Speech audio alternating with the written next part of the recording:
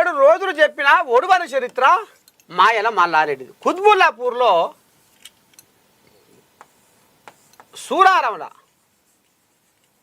సూరారంలా పాపం లచ్చువమ్మ అనేట ఆమె, అయ్యో ఈమె గోస దేవునికి ఎరక.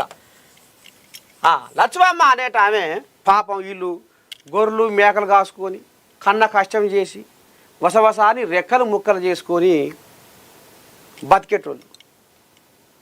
ఈమె పాపం పుష్టమెట్టలు అమ్మి, పెయ్యి మీద ఉన్న బంగారం అమ్మి, గుండెకాయ మీద ఉన్న గుండ్లమ్మి బూంజాయ కొనుక్కుందట.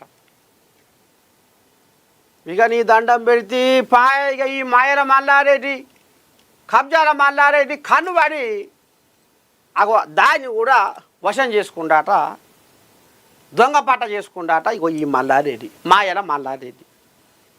ఇక వీళ్ళకి ఎరకగానే లబో దిబో మొత్తుకుంటా పాపము అంతరద్దల్ని, అయ్యో నేను కన్న కష్టం చేసి వసవసాన్ని రెక్కలు ముక్కలు చేసుకొని చెమటోడిచి తిండి తినక తిప్ప తినక కంటి నిండా వండుకోక కడుపు నిండా బువ్వ తినక కన్న కష్టం చేసి నేను కొనుక్కున్న భూమికి ఎసరు పెట్టినవరా ఈ మాయల మల్లారెడ్డి అని పాపం ఈ లక్ష్మమ్మ భర్త అప్పటికప్పుడే ఈ ముచ్చట ఎరక కాగానే గుండెపోటు వచ్చి గుటుక్కు అన్నాడు. అగో గస వంటి పాపకారి ఈ మల్లారెడ్డి. అందుకనే మల్లారెడ్డికి మీరు ఏం బిరుదు ఇస్తారో కింద మాత్రం మీరు కామెంట్ తప్పకుండా పెట్టాలి, మీకు ఏది అనిపిస్తే అది.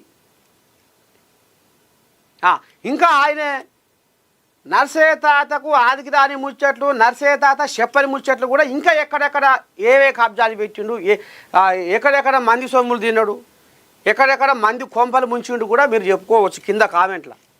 మీకు ఉంది, ఆప్షన్ ఉంది.